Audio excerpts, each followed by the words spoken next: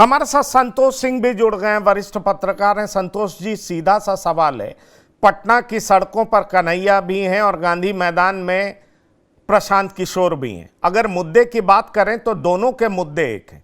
क्या आने वाले दिनों में आप दोनों को एक साथ देख पा रहे हैं क्या?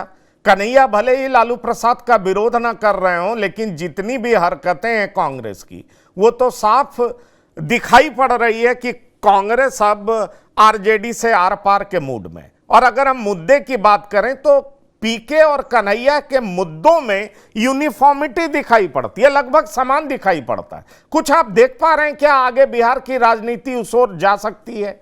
कहीं रोड मिलता हुआ दिख रहा है? देखिए पंकज जी, ये तो तय है कि आरजेडी से कंफर्ट नहीं है कांग्रेस। अंतिम समय में पप्पू यादव को बुलाया गया अहमदाबाद, तो मतलब कन्हैया से लेकर परहेज तो तेजस्वी को है ही। पप्पू यादव को कांग्रेस के जो अधिवेशन में बुलाया गया, समझिए कि दुखती रंग पर उन्होंने सीधे तौर पर हाथ रख दिया आरजेडी को। भाई उनको हमने राष्ट्रीय अधिवेशन में बुला लिया। ये तो है कि कांग्रेस इस बार अलग मूड में है, लेकिन कांग्रेस पीके के साथ जाए ये फिलहाल होता हुआ नहीं दिख रहा। क्योंकि देखिए आज गांधी मैदान में जो रैली हुई, आप बिहार की राजनीति बहुत करीब से समझते भी है, देखते भी रहते हैं, एक रैली में कितना खर्च होता है। जिस तरीके की व्यवस्था, समझ जाइए कि 2007 से हम गांधी मैदान की तमाम रैलियों को कवर करते रहे। जिस तरीके की व्यवस्था पीके की रैली में है, वो बीजेपी के नरेंद्र मोदी का जो सभा था जिसमें बम विस्फोट हुआ था, उस सभा में भी इस तरीके की तैयारी। बाद के दिनों में भी कई कार्यक्रम हुए हैं बीजेपी का, उस तरीके का व्यवस्थित, मतलब पंडाल से लेके सब जितनी व्यवस्थाएं की गई है, आप समझ सकते हैं कि कितनी बड़ी राशि खर्च। जदयू लगातार इनके पैसे के खर्च पर सवाल खड़े करे, इनके अकाउंट की जांच की मांग करे, इकोनॉमिक ऑफेंस को उसने लिखकर ईडी तक के दफ्तर तक उन्होंने आवेदन दिया है। लेकिन प्रशांत किशोर के अकाउंट्स की जांच की बात को छोड़िए, लगातार वो अपने काम काज में लगे हुए।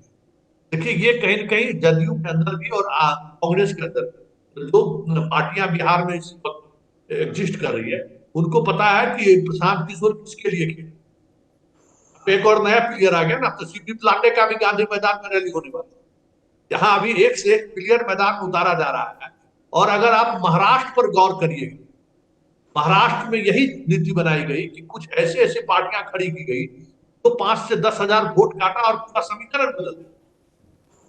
वो लोग कहते हैं ईवीएम बदल दिया है, इस वजह से हावी हुई। मेरा ये मानना है, मेरा मानना है कि वहां ने बीजेपी ने और संघ ने बहुत ही ग्रास रूटेड काम किया।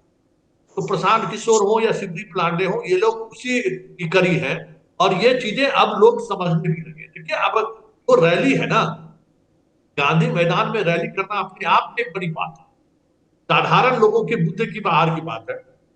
और आप आपके फंडिंग को लेकर कि किस तरीके से एक बड़े कॉर्पोरेट घराने से पैसे कैसे आपके यहाँ आ रहे हैं, इस पर लगातार जदयू सवाल करा करती। और आज ही देखिए ना, आज प्रशांत किशोर की इस रैली पर बीजेपी का अगर आपके पास कोई बयान हो तो जरा आप सुनाइए। बीजेपी बहुत सॉफ्ट है कि नया नया दुल्हनिया है तो लोग देखने तो आएंगे ही नहीं, इस तरीके का कैजुअली बयान। और जदयू का बयान बहुत तल्ख बयान है। दोनों के बयान से आप समझ सकते हैं कि प्रशांत किशोर को लेकर यहाँ लोग सोच क्या है। इसलिए प्रशांत किशोर और कांग्रेस आगे आने वाले समय में साथ चुनाव लड़े ये जरूरी है। लेकिन हाँ, एक बात और हम आपको बताया था कि आने वाले चुनाव में प्रशांत किशोर, पप्पू यादव, उपेंद्र कुशवाहा, क्या नाम है, मुकेश सहनी, ओवैसी, ये सारे लोग एक प्लेटफॉर्म पर आपको दिख जाए बिहार के 2025 के चुनाव में, तो कोई बड़ी बात नहीं। ये एक अलग समीकरण बनाया जा रहा है, उस पर बहुत तेजी से काम। नहीं, तेजी से काम हो रहा है, लेकिन मेरे पास तो दूसरी सूचना ये है कि उपेंद्र कुशवाहा मंत्री बन रहे हैं, क्योंकि कुशवाहा का वोट बीजेपी लेना चाहती है, राज्यसभा भेज चुकी है और कुशवाहा का वोट चाहिए। उपेंद्र कुशवाहा अगले मंत्री हैं, रिसफल होगा, मंत्री बनेंगे और उनके कैंप में बहुत खुशी भी है।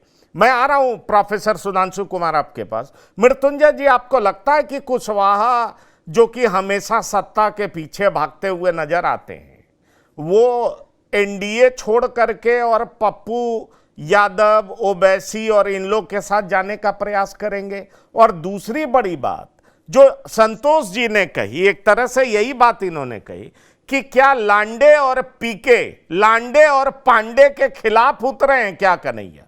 आप ये देख पा रहे हैं क्या? पंकज जी, पहले सवाल का जवाब, अगर आप कुशवाहा जाति को देखेंगे तो ज्यादातर उनका समीकरण आप देखेंगे ऐतिहासिक रूप से, तो उन्होंने कुर्मियों के साथ साथ जाके वोट किया है। और 90 के दशक में एक तरह से जिस तरफ यादव वोट करते थे, कुशवाहा जनरली आप देखेंगे उसके एंटी कैंप में वोट करते रहे हैं, क्योंकि लालू यादव जी ने कुर्मियों कुशवाहाओं को एक तरह से दरकिनार कर दिया था और ये बहुत स्ट्रॉन्ग फीलिंग थी उनमें। तो राजद के साथ वो नहीं जाते दिखे हैं पिछले, अगर आप 30-35 वर्षों से देखेंगे। अलग अलग जगहों पे कैंडिडेट्स को थोड़ा बहुत वो लोग सपोर्ट करते हैं, लेकिन मोटा मोटी अगर पिछले 20 वर्ष में माने तो नीतीश कुमार जी के साथ ही, और जिस तरफ नीतीश जी रहते हैं उसी तरफ मोटा मोटी ये वोट बैंक जाता है। कुशवाहा जी के आने से मेरे ख्याल से उसको और थोड़ी मजबूती मिलेगी, लेकिन उनके जाने से कुछ बहुत बड़ा नुकसान नहीं होगा। हमें दोनों फैक्टर्स को प्ले करना होगा। तो मुझे लगता है कि अगर मंत्री पद दिया भी जाता है तो इस संशय से दिया जाएगा कि जो भी थोड़ा बहुत शायद स्प्लिट हो, अगर हल्का सा भी कुछ वोट इधर उधर छटके, उसको भी रोकने का प्रयास किया जाए, पहला। दूसरा, मुझे लगता है देखिए, प्रशांत किशोर जी एक इंपॉर्टेंट फैक्टर रहेंगे, उसका मैग्नीट्यूड हमें नहीं पता है, लेकिन उसके अलावा जितनी भी छोटी पार्टियां आ रही हैं, जितने छोटे प्लेयर्स आ रहे हैं, चाहे वो शिवदीप लांडे हो, चाहे वो एक पुष्पम प्रिया हो जो पिछली बार की लड़ी थी, अभी फिर से एक्टर दिखाई देने लगी है, चाहे वो एक दो और छोटी पार्टी आपको दिखेंगी, पशुपतिनाथ पारस जी भी अब कोशिश कर रहे हैं इनफैक्ट वापस से थोड़ा एक्टिव होने की। मुझे नहीं लगता है कि इन लोगों का बहुत ज्यादा प्रभाव पड़ने वाला है, क्योंकि जनता ये देखती है कि इलेक्शन के समय कोई आकर पार्टी बनाता है या एक्टिव होता है तो उसको जनता बहुत ही संशय की निगाहों से देखती है। और आप देख लेंगे इस प्रकार की जितनी भी पिछली पार्टियां बनी है, चाहे वो जाति आधारित हो या वर्ग आधारित हो, सफल नहीं हो पाई। प्रशांत किशोर जी के पास एडवांटेज क्या है कि पिछले 2-3 वर्षों से उस पर काम कर रहे हैं और एक तरह से थोड़ा कनेक्ट बन गया है पद यात्रा ये सब के माध्यम से। लेकिन वहां भी मुझे थोड़ा सा संशय है पंकज जी। संशय इसलिए है कि देखिए, प्रशांत किशोर जी अपनी पूरी पार्टी को और जो यात्रा है उसको उसको गांधी जी के सत्याग्रह से कई बार कंपेयर करते हैं। और उनका जो एक अभी पटना के मरीन ड्राइव के पास उन्होंने अपना पूरा कैंप भी बना रखा है, उसको सत्याग्रह आश्रम वगैरह कुछ नाम दिया है। लेकिन अगर आप उसके डिटेल्स में जाएंगे, फैक्ट्स में जाएंगे, तो प्रशांत किशोर जी का जो पूरा मूवमेंट है, मैं बहुत रिस्पॉन्सिबिलिटी के साथ बोल रहा हूँ, वो बहुत पैसे पे आधारित है, बहुत धनबल पे आधारित है। तो जितने सारे लोग आपको वहां पे दिखेंगे उसमें से 90-95% लोग सैलरीड होंगे, उनको किसी न किसी रूप में सैलरी दी जा रही होती है। तो एक कॉरपोरेट की तरह वो लगता है। जितने बाइकर्स चलेंगे उनकी भी सैलरी निर्धारित है, जो फील्ड पे काम कर रहे हैं उनकी भी सैलरी निर्धारित है, सबकी सैलरी निर्धारित है। तो अगर आपको कोई तो आप तो बड़ी बात कह रहे हैं मृत्युंजय जी। मृत्युंजय जी, आप बड़ी बात कह रहे हैं। सरकार में आने से पहले ही उन्होंने रोजगार दे दिया है। ऐसे नेताओं की जरूरत है बिहार में। पंकज जी, लेकिन ये रोजगार कितने दिनों तक चलेगा, ये भी दिक्कत है ना। वो चुनाव तक तो ये सैलरी देते जाएंगे, लेकिन उसके बाद अगर सरकार में नहीं आते हैं तो इन्हीं लोगों का क्या होगा, इस पे बहुत संशय है। तो मुझे वही लगता है कि अगर किसी को चुनावी राजनीति में सफल होना है तो एक ऑर्गेनिक मूवमेंट होना होगा। किसी एक नेता के बुलाने पे 1000 लोगों को ऐसे ही आना होगा। अगर वो पैसे देके हर एक व्यक्ति को बुला, देखिए पैसे की जरूरत हर जगह पड़ती है, वो सभा होगी गांधी मैदान में, बिल्कुल पड़ेगी, मैं उससे इनकार नहीं करता हूं। लेकिन अगर सैलरीड सारे आपके एम्प्लॉयज हों और इस कारण से वो आपके जुड़े हुए हों, तो उसके ऑर्गेनिक फील पे मैं थोड़ा सा संशय रखता हूं। मैं ये भी मानता हूं कि प्रशांत किशोर बहुत सारी सीटों पे एक थर्ड फैक्टर का रोल प्ले करेंगे। जहां कहीं भी महागठबंधन के कैंडिडेट और एनडीए के गठबंधन दोनों से नाराजगी है, तो आप देखेंगे थर्ड ऑल्टरनेट के रूप में प्रशांत किशोर को वोट जाएगा।